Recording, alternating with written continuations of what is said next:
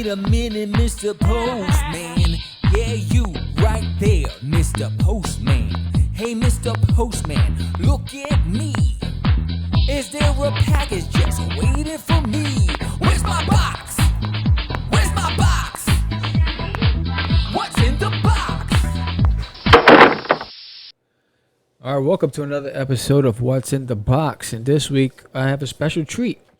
So, former Crazy Comics team member, Cast the Craze co-host, Jonathan the Psycho Syphax, really hooked me up with his. It's almost like an anthology. He has 3 different short stories, all created by him. And Jonathan is a writer, if you don't know, Jonathan Syphax. And it's called Future Scope Showcase presents Celestine, featuring Xeon 3 and Street Journal. So there's 3 short stories in this book. First, the cover. The artist did a great job on this cover. John did a great job with the cardstock of the printer. I believe he used Kablam. It was really good quality. I like this back cover image of guy in the locker room. Looks like he has a vest on. It's hard to tell. I know he has a cross on. Looks like he was training, but it looks like a vest. So it's almost like he's fighting 2 wars. If you try to guess what the image tells you, like when you go to those art galleries. Then you open it up and you have some advertisements. Cost Nation, The Con Away from the Con, and Diecast. And it's heavy metal, never looks so cool. So it's an ad, and it's by Mass Media Studios, and Anibal Royal did that piece. So then you go to the interior of the book, and here it says all stories written by Jonathan Syphax. So Celestine was illustrated by Luca Chichiri, or Shishiri. Oh, good Lord, I suck. Anyway, so then colors by Brian Arfel Magne,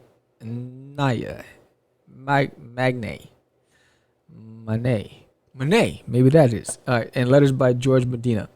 So that's for Celestine, and I'm tearing this place up. So Street Journal Prelude, illustrated by Ben Keller Neiman, co-written, and letters by George Medina. And then Xeon 3 Origins, illustrated by Anibal Arroyo, colors by Angel Rondon, and letters by George Medina.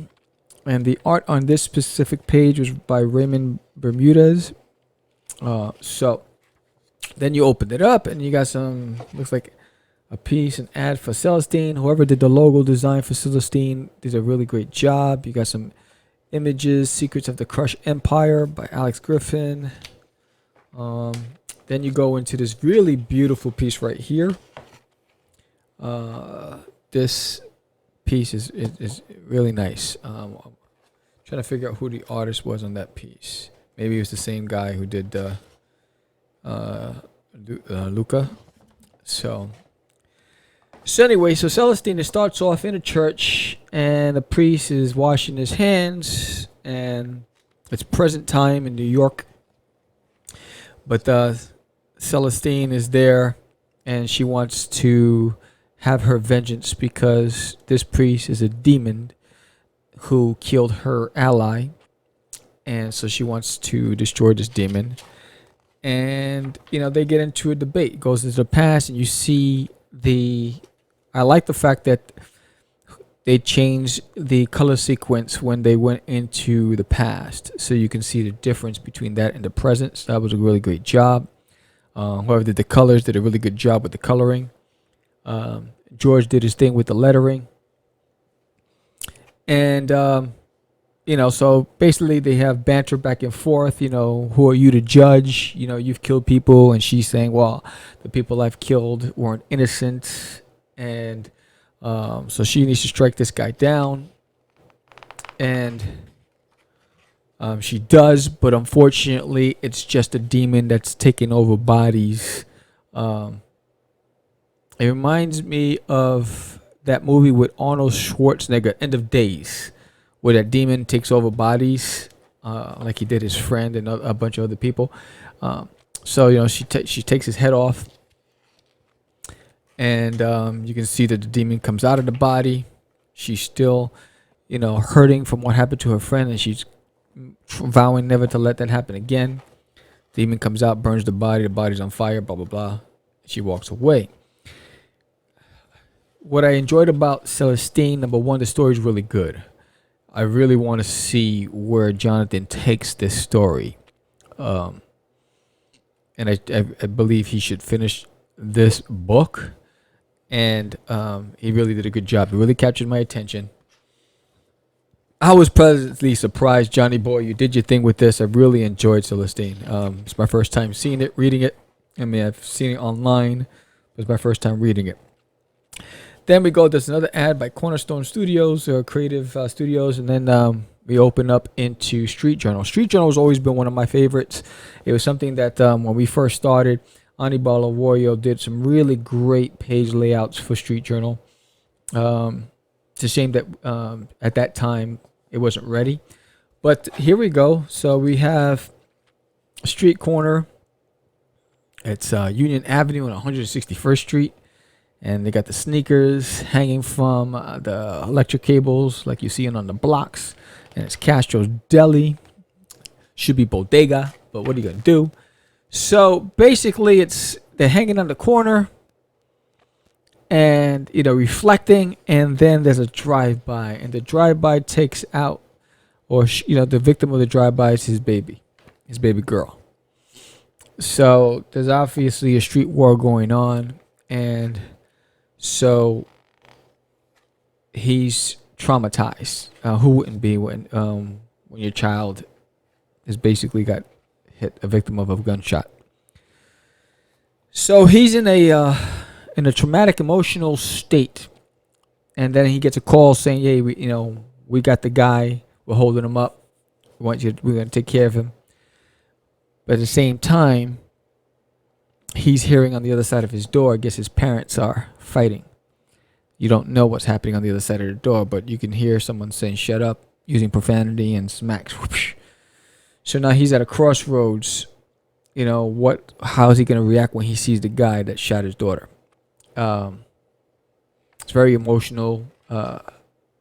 I've always loved Street Journal. If you watched the live show we did early in August, my recommend to John was to just complete the entire thing and release it as a trade. And I'm hoping that you're doing that, John. But the person that, let's see, who is the artist here for Street Journal? Ben Keller Neiman did a really great job. Ben Keller did his thing.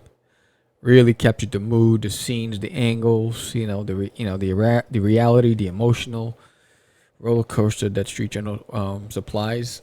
I think it's pretty dope. Then you got some more advertisements, and some more ads again.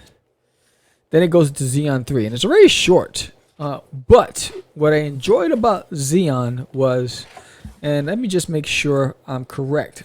Yes, George did his thing again with the lettering.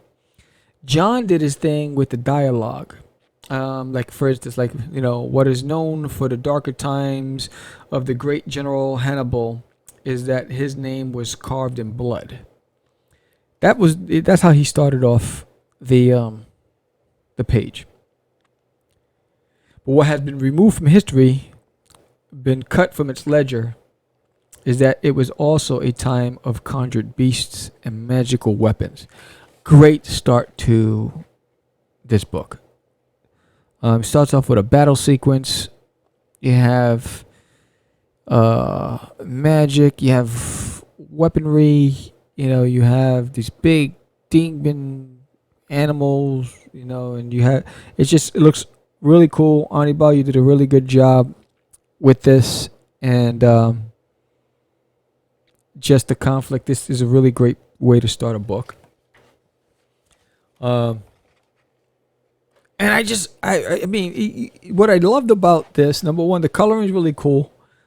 I really like the style of coloring. It has a mixture of like digital and traditional. And who's the colorist on this? I always want to give kudos to these people. Colored by Angel Rondon. Angel, you did your thing. I like the way you did the colors. This is pretty cool. So I like the conflict that's there. There's a battle going on, and someone has to step up and be the ruler. And it says one warrior will lay down the bodies. Another, beautiful and unforgiving, would stand amongst the darkest of the dead. And another, the strongest, would lead. But Jessup, in his fury, understood that this battle might be their last. And Jessup was prepared. Here marked the coming of Xeon 3.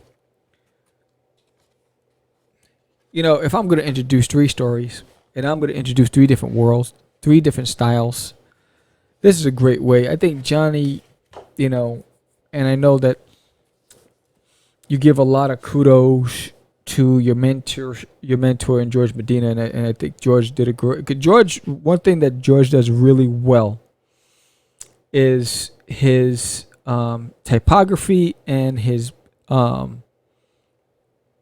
graphic design, and the way he lays out pages and logo design and all. George does a really phenomenal job with that. What I like is that, you know, John, you chose 3 different stories, 3 different eras, 3 different concepts in this short that each of them caught my attention, and I think it will capture yours. So if you are out there, go visit Futurescope Entertainment. Hit up Jonathan Syphax on Facebook. There's a link to his website. In fact, is there a link? Johnny, there's no link in here. You gotta have your website in here, Johnny boy, so people know where to get it. But you did your thing. This is really quality stuff. Really quality stuff. This is pitch-worthy stuff. I'm really impressed by this. Great job, John. I know this week I was supposed to do Jim Henson's this week, but I decided to put that off because I got this copy, and I'm glad I did pull that off. So next week I'll do Jim Henson's Storyteller. If you have a book out there and you want to get on What's in the Box, just hit me up. Contact at castedcraze.com. If it's a PDF, I won't be able to have a physical and turn the pages. So I'll give a recommend, but you want to send me a hardcover, a physical copy, I'll send you my P.O. box and you can ship it over. But I'm Sam the Crazy Man Vera. That's the Crazy and Telling Less. Don't forget that on January 14th, we're launching our second Kickstarter for Cast the Crazies. Thank you all for your support. And give us a thumbs up, subscribe, hit a comment below, and let Jonathan know what you thought about this. And hit him up. Buy this. It's worth it. Peace.